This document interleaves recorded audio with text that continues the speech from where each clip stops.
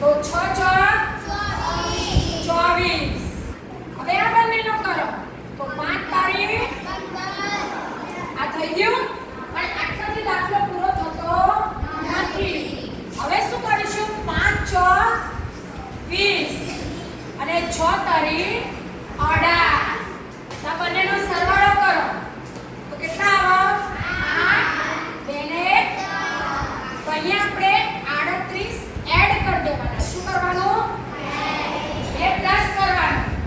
તો અહીંયા આવશે 4 8 નો 2 10 થી વધી 5 ના 3 8 ને 9.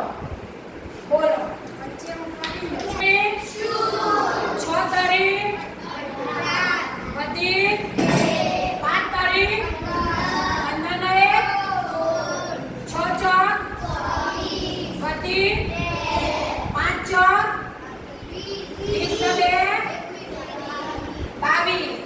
તો 4 8 નો 2 10 થી